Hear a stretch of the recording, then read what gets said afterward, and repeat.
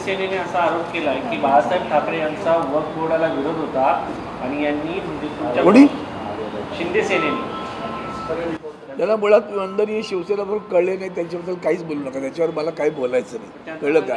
अजिबात बोलायचं नाही. ज्यांना वंदनीय हिंदू हृदय सम्राट शिवसेना प्रमुख बाळासाहेब ठाकरे मूलतः कळले नाहीत, त्यामुळे त्यांच्याबद्दलच्या कुठल्याही कॉमेंट्सवर मी उत्तर देऊ इच्छित नाही. कधी आधी त्यांच्यावर वक्फ बोर्ड आलं होतं का? आणि त्यांनी वक्फ बोर्डावर बोलले होते का? कधी दाखवून द्या ना मला. मुळात असं आहे की वक्फ बोर्ड जे काही आहे त्यातल्या ज्या काही चुका आहेत त्या मात्र निर्मूलन करायला पाहिजे, याबद्दल कुणाचंही मत नाही ना, कुणाचंही दुमत असण्याचं कारण नाही. पण उगाच भ्रम पसरवून लोकांमध्ये संभ्रम निर्माण करून एक पुन्हा द्वेषाची जी भिंत उभी करण्याचं काम भारतीय जनता पार्टी ज्या पद्धतीनं करते ना, त्यांना नमनच करायला पाहिजे.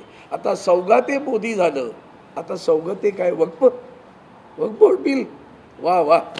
उद्या बिल आणल्यावर तुमची भूमिका काय असेल? मुळात बिलात काय ते बघून भूमिका ठरेल ना. आम्ही जॉईंट पार्लमेंटरी कमिटीची संयुक्त संसदीय दला, त्या दलामध्ये आम्ही सगळेजण होतो. त्यामध्ये सगळ्यात पहिली गोष्ट अशी आहे की त्या बिलाच्या संदर्भात क्लॉज बाय क्लॉज चर्चा होईल. आजही तुम्ही चेअरमनकडे ताबडतोब जा इथून उठल्यानंतर आणि त्यांना विचारा तुम्ही संबंध ह्या जॉईंट पार्लमेंटरी कमिटीच्या बैठकांमध्ये क्लॉज बाय क्लॉज चर्चा कधी घेतली, कुठं घेतली आणि त्याचं तुम्ही मिनिट्स आहेत का, एवढंच विचारून. कोणाचं ऐकू, एकाने बोला. 44 बदल अपेक्षित होते, त्याच्यामध्ये 14 बदल मतदान झालं आणि मतदाराने ते मंजूर केला असा दावा जो आहे त्या समितीचे सदस्य. म्हणजेच काय, जे सभागृहात घडतं ते तिथे घडलं, हे कळत नाही का तुम्हाला?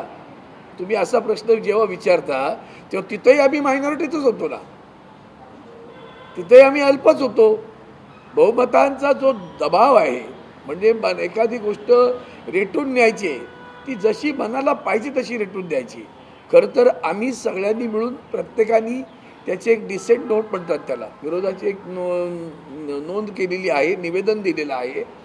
पुन्हा आम्ही काही सुधारणा सांगितल्या, त्या सुधारणा जर अंतर्भूत केल्या वक्फ बोर्डाच्या बिलामध्ये तर निश्चितच त्याचं स्वागत पण करता येईल.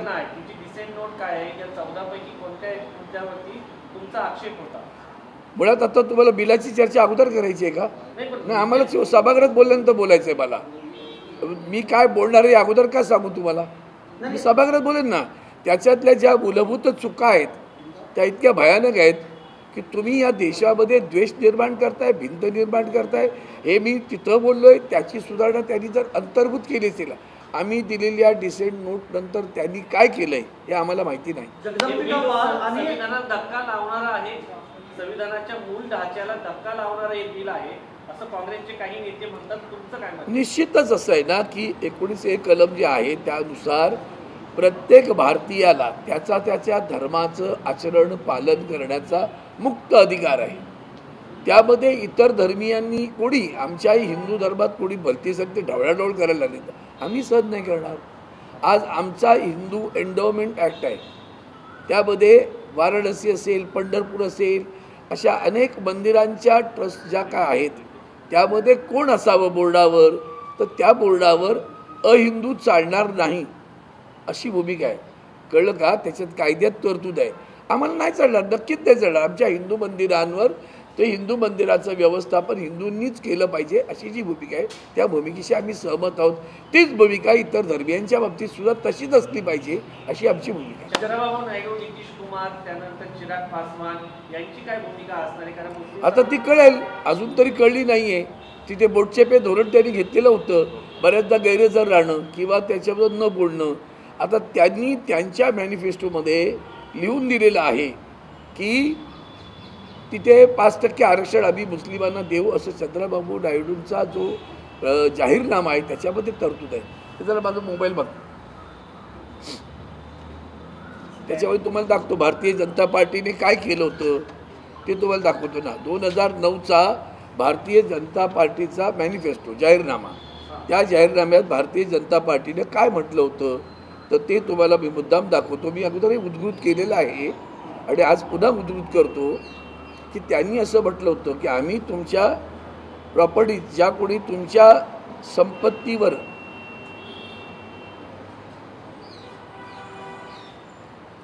जर एन्करेजमेंट केलं असेल, हे त्यांचा मॅनिफेस्टो आहे बघा.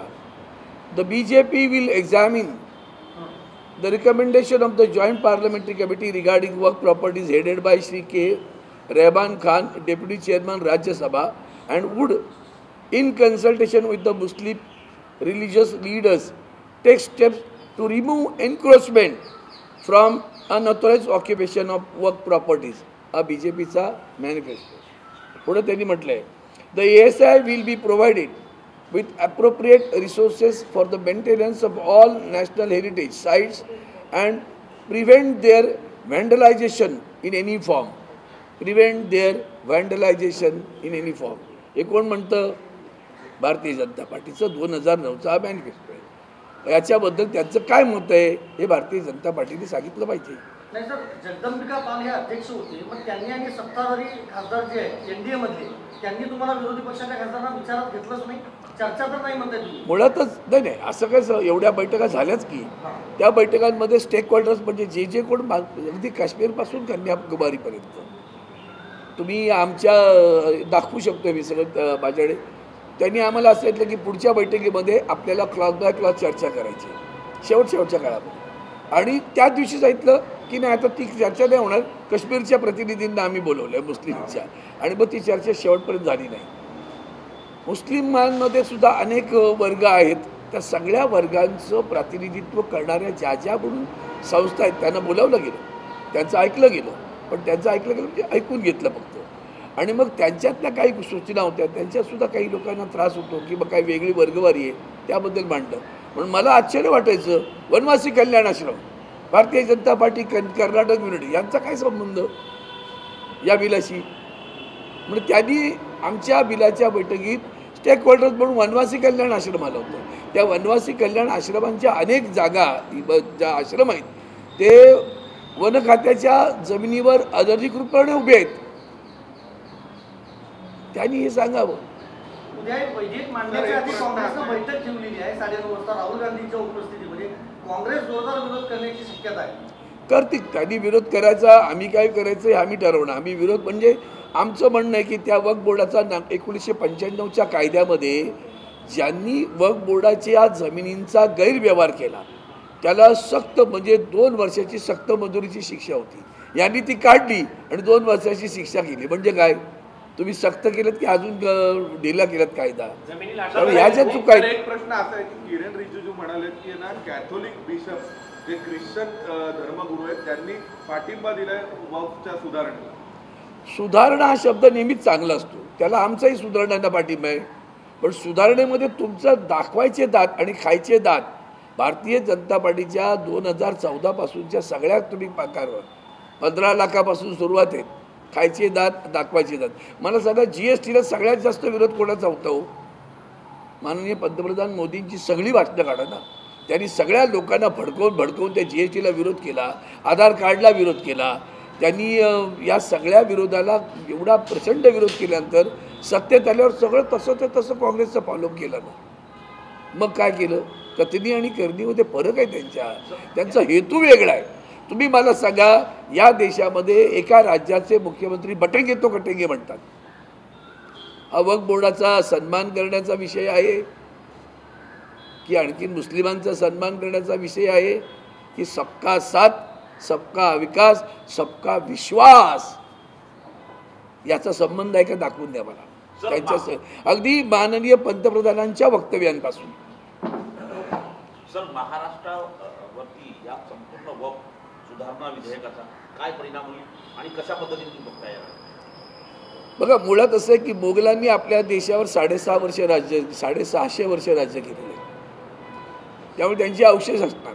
आता प्रश्न असा आहे की ज्यांच्याकडे यांनी सरकारची वामसी नावाची पोर्टल आहे ना, त्या वामसीमध्ये ज्यांचं रजिस्ट्रेशन झालं आहे त्यांचा पुन्हा विचार करण्याची गरज काय मला कळत नाही आहे.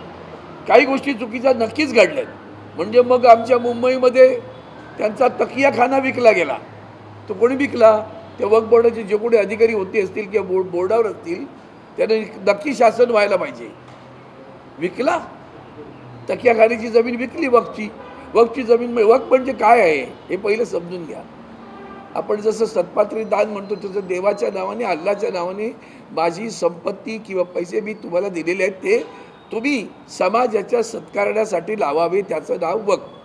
आधी वक्फ काय हे कळलं पाहिजे आधी. पण कोणी आमच्या राजांनी पण दिल्या ना, हिंदू राजांनी पण जागा दिल्या मशिदीला आणि यांना. पण त्यावेळेला राजा होते ते तोंडी देत होते, काय कागदोपत्री होता घोडे तुमचे काय ॲग्रीमेंट होतं त्या बादशाहांनी दिल्या, कोणी दिल्या असतील. आता याच्या पुढे मात्र अशा पद्धतीने ओरली करू नये अशा प्रकारची ठाम भूमिका मी सुद्धा सभागृहात बैठकीत घेतलेली आहे. कुठलंही दान हे ओरली होता कामा नये, तोंडी होणार नाही. ते कागदोपत्री निश्चितपणे सिद्ध करून दिलं गेलं पाहिजे. त्याचा सत्कारणी उपयोग केला. जमिनी लाटून काही उद्योगपतींना देण्याचं काही घाट नसतं. अलीकडच्या काळात अनेक उद्योगपतींना मोक्याच्या ठिकाणच्या जमिनी दिल्या गेलेल्या आहेत, त्या काढून घेण्याची हिंमत दाखवा. माझं म्हणणं हेच तर आहे ना. मग ज्या कोणी भ्रष्टाचारी मार्गाने गैरव्यवहाराने जमिनी कुणा श्रीमंतांना दिल्या असतील ते काढून घेण्याची हिंमत हे सरकार दाखवणार का? ते दाखवा. स्वागत करू ना, दाखवा ना. महाराष्ट्राचा प्रश्न आहे की सुरेश दस भाजपचे आमदार आहेत, त्यांनी दावा केलेला आहे की खोक्या भोसलेच्या आडून माझा खून करण्याचा, मर्डर करण्याचा प्रयत्न काही लोकांकडनं घाट घेतला होता, अशा दावा. त्याच्यावरती हरिण मारल्याचा आरोप ठेवण्यात आला. हरिण हे लॉरेन्स बिश्नोई गँगचं पवित्र असतं आणि त्यांच्या धर्मामध्ये, आणि त्यांनी हरिण मारले म्हणून त्या गँगला ऍक्टिव्हेट करण्यात आलं आणि त्यांना मारण्याचा प्रयत्न करण्यात आला असं सुरेश दस सांगतात. मला कल्पना आहे या सगळ्या गोष्टीची. जी गोष्ट विश्वासार्ह आहे की नाही ती माहिती नसताना त्याच्यावर कुठलंही भाष्य करणं मला योग्य वाटतं. वेगळा प्रश्न आहे, लेडी रेग्युलरचे दर वाढवण्यामागे नेमकं गणित काय? कुठला दर वाढवला? लेडी रेग्युलरचे दर वाढवले आजपासून बघा हे आहे ना. म्हणजे मुळात तुमच्या लक्षात येतंय का, महागाई गगनाला भिडलेली आहे. आलं कळलात, देश कर्जा बाजारात बुडालेला आहे. रुपया त्याची घसरण जागतिक पातळीवर जी काय होते, अब्रू जायची वेळ आलेली आहे. आणखीन एक आठवण झाली. बरं, रुपया घसरल्यावर माननीय पंतप्रधान जेव्हा पंतप्रधान नव्हते तेव्हाच त्यांचं भाष्य ऐकून घ्या. रुपया घसरतो तेव्हा मनमोहन सिंगांबद्दल त्यांनी जे वक्तव्य केलंय ते जसं तसं पुन्हा दाखवा. मग कळेल की मनमोहन सिंगांबद्दल आत्ताचे आदरणीय पंतप्रधान रुपया घसरताना काय बोलले होते. एडी रेकनर वाढवण्याचं कारण त्या मुळाशी जा. तुमचा इंडेक्स खाली जातोय, तो कसा वाढवायचा त्याचा व्यर्थ प्रयत्न एवढंच मी सांगतो. भाषिक वाद आणि अलीकडच्या काळामध्ये परिसीमन म्हणजे मतदारसंघ पुनर्रचना निवडून त्यांनी सातत्यानं भूमिका घेताना पाहायला मिळत आहे. दक्षिण विरुद्ध उत्तर भारत असा वाद होताना पाहायला मिळतो. काय सांग? वस्तुस्थिती आहे, एक भय आहे संबंध दक्षिणातील. आम्ही सर्वांनी या देशाचं नागरिकत्व घेताना देशाचा विचार, महाराष्ट्राचं खास वैशिष्ट्य आहे. वंदनीय हिंदू हृदय सम्राट शिवसेना प्रमुख श्रीमान बाळासाहेब ठाकरे म्हणायचे, आधी राष्ट्र मग महाराष्ट्र. त्यामुळे राष्ट्राचा विचार करून आम्ही सगळ्या गोष्टी पाळत आलो. पण उत्तरेमध्ये आजही म्हणजे बटेके कटेके तसं सांगितलं, ते देशाच्या संविधानात न मांडणारे राज्याचे प्रमुख आहेत. ही सगळी माणसं ज्या पद्धतीनं वागत आहेत, उत्तरेतली लोकसंख्या आणि दक्षिणेतली लोकसंख्या पाहिल्यानंतर त्यांचं प्रातिनिधित्व रोडावेल आणि अधिक हुकुमशाहीकडे हा देश जाईल. हे सत्य आहे. ते सत्य, हुकुमशाही सुरूच आहे. आमचंच घ्या ना, शिवसेनेची जी काही आमचा जो कोर्टामध्ये आम्ही जो तक्रार दाखल केली होती त्याचं काय झालं? 2.5 वर्षात निर्णय देऊ शकले नाहीत. माननीय चंद्रचूड साहेब पळून गेले त्यांचा कारकीर्द करून. मग या देशामध्ये संविधानाला मानता तुम्ही, आर्टिकल 10ला मानता तुम्ही. त्या आर्टिकल 10ची धज्जी उडवणारं भारतीय जनता पार्टी आहे. त्यामुळे त्यांचा मूलभूत वागणं जे आहे ते पाहिलं तर मग बोर्डाच्या बद्दलचा संशय अगदी पक्का होत जातो. कारण ह्यांच्या कथनी आणि करणीमध्ये फरक आहे. सगळ्या संस्था, न्यायिक संस्था ज्याला म्हणू आपण, अगदी इलेक्शन कमिशनपासून सगळ्या संस्था वेठबिगार असल्यासारख्या वागत आहेत. त्यामुळे वक्फ बोर्डाबद्दलच्या सुद्धा यांची पावलं ही संशयास्पद नक्की आहे.